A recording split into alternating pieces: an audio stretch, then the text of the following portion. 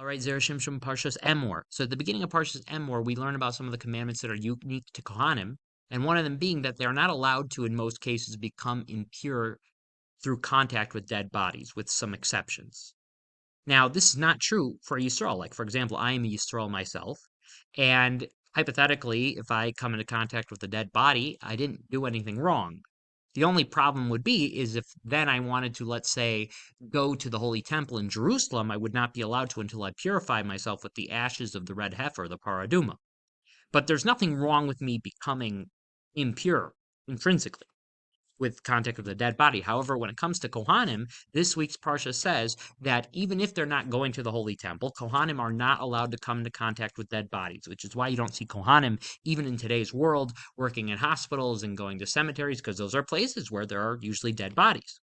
So the Zera Shimshon has a comment on an interesting medrash on this week's Parsha. We're going to read the English, but the Hebrew's quoted up above. And it might be hard to kind of understand, and I'm not sure if, how, like, grammatically correct the translation is in terms of that there's some funky words in there, but it's mostly good. Another matter, speak to the priests. That is what is written. Fear of the Lord is pure and endures forever. Rabbi Levi said, due to the fear that Aaron had before the Holy One, blessed be he merited this portion, which will not move from him, from his sons, not from his sons' sons, until the end of all generations was it given to him. Which portion is that? The portion of the corpse, as it is stated. The Lord said to Moshe, speak to the priests, the sons of Aaron. So this is based on one of the first verses on this week's Parsha. And this medrash might have been a little hard to understand, so don't worry about it. We're just going to focus on one of the Zera Shimshon's many questions on this medrash. And his question that we're going to focus on is that the medrash says that out of all the mitzvahs that the Kohanim have, it highlights this specific mitzvah as being something eternal.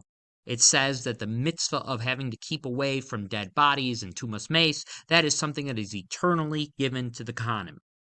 To which the Zera Shimshon says, okay, but that's kind of a strange comment because we know that there are other mitzvahs that the Kohanim have to eternally keep. So, for example, even though there's like no holy temple or anything today, Kohanim are not allowed to marry women of tainted lineage. They're not allowed to marry, for example, women who have been divorced. So why is it that the Medrash specifically highlights this mitzvah, meaning the idea of that Kohanim have to keep away from dead bodies, more than it highlights, let's say, the idea that Kohen can't marry a woman of tainted lineage?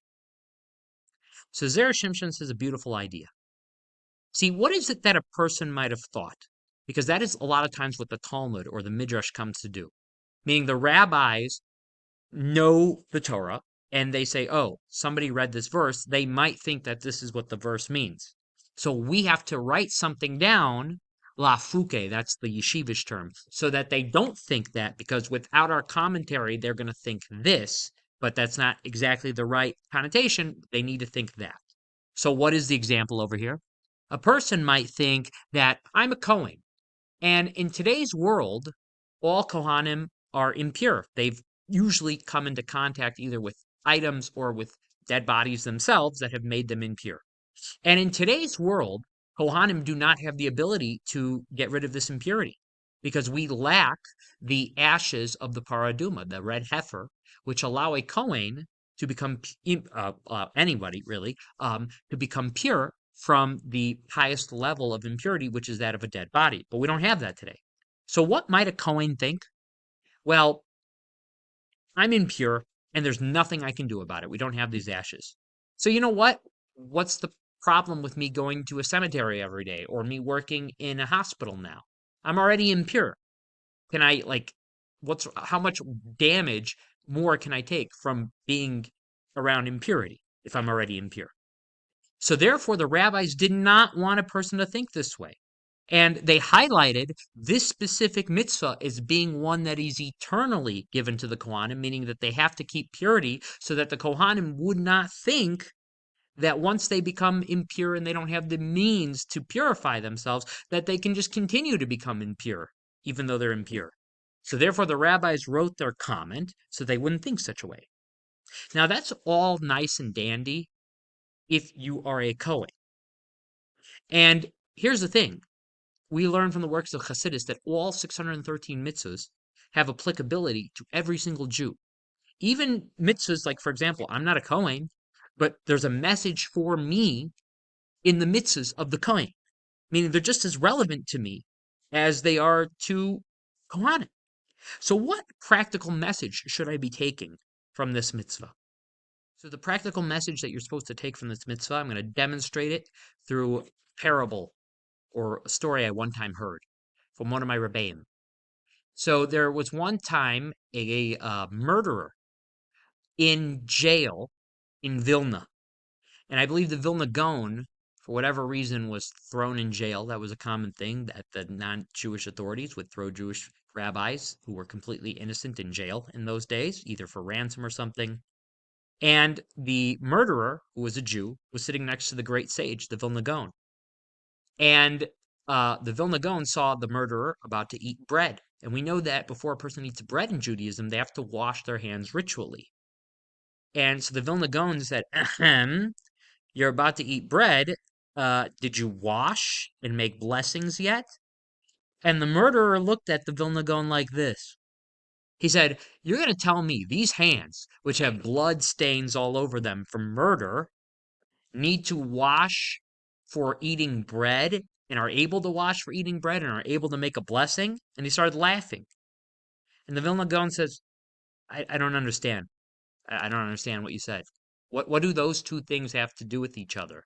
Oh, so you're telling me the Vilna Gaon, I'm paraphrasing, says that it says in the Shulchan Aruch in the book of Jewish law that a murderer doesn't have to wash his hands and make a blessing before eating bread? That's what it says? Is that what you're telling me?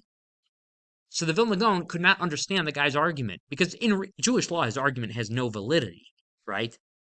So what is the message over there? The message is that no matter how far you've fallen, okay, you still have to keep going. Meaning, don't let this Yetzer Hara, don't let the evil inclination get to you. No matter how far down you go, you can't just say, well, I'm already lost, so what's the purpose of me going to synagogue? Well, God doesn't want to hear my prayers. We know that's wrong.